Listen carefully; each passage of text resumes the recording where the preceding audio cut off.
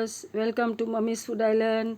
இன்றைக்கி நம்ம lemon pepper chicken எப்படி செய்கிறதுன்னு பார்க்க போகிறோம். வாங்க இதை எப்படி செய்யலான்னு பார்த்துடலாம். நான் 1 கிலோ சிக்கன் எடுத்திருக்கேன். அதை நல்லா கழுவிட்டு சுத்தமாக தண்ணி இல்லாமல் எடுத்து வச்சுருக்கேன். இப்போ இந்த சிக்கனில் நம்ம ஒரு அரை எலுமிச்சம்பழத்தை வெட்டி அதோட ஜூஸை புழிஞ்சி அதில் ஊற்ற போகிறோம். அது கூட உப்பு 1 டீஸ்பூன் போட்டு நல்லா பெசரி விட்டுக்கலாம். எல்லா பீஸ்லேயும் கோட் ஆகிற மாதிரி நல்லா பெசரிட்டு இதை ஒரு 15 நிமிஷம் மூடி வச்சிடலாம்.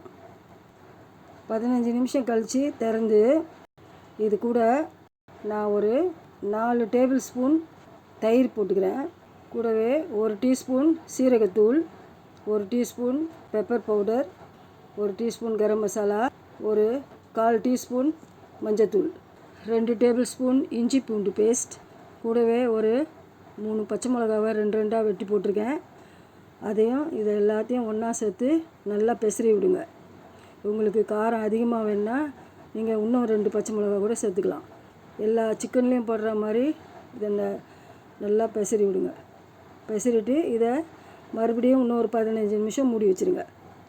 1 டேபிள் ஸ்பூன் கார்ன்ஃப்ளவர் எடுத்து வச்சுருக்கேன். இதை நம்ம கடைசியில் தான் யூஸ் பண்ண போகிறோம். இதுக்கு தாளிக்கிறதுக்கு பட்டை, அன்னாசி பூ 1, 4 ஏலக்காய், 2 பிரிஞ்சி இலை, அரை டீஸ்பூன் சீரகம், அரை டீஸ்பூன் மிளகு, ஒரு 4 லவங்கம். கடாயில் தேவையான அளவு எண்ணெய் ஊற்றி இந்த தாளிப்பு சாமான்லாம் அதில் போட்டுடலாம். இது நல்லா வாசனை வர்ற வரைக்கும் நல்லா வதக்கி விட்டுடலாம். நல்லா வாசனை வந்ததுக்கப்புறம் நம்ம ஏற்கனவே ஊற வச்சுருந்த அந்த சிக்கனை எல்லாத்தையும் இதில் போட்டு நல்லா பெரட்டி விட்டு இப்போ நம்ம இதை மூடி வச்சிடலாம். ஒரு 15 நிமிஷம் இதை அப்படியே வேகட்டும். 15 நிமிஷத்துக்கு அப்புறம் திறந்து பார்த்து இப்போது அதில் ஓரளவுக்கு சிக்கன் வந்திருக்கு.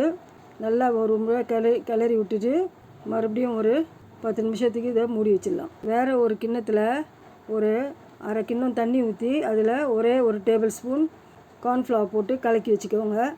கலக்கின அந்த கார்ன்ஃப்ளவரை இப்போ நம்ம இதில் கலக்க போகிறோம். அதுக்கு முன்னாடி அரை எலுமிச்சம்பழத்தை பிழிஞ்சு இதில் ஊற்றிடலாம்.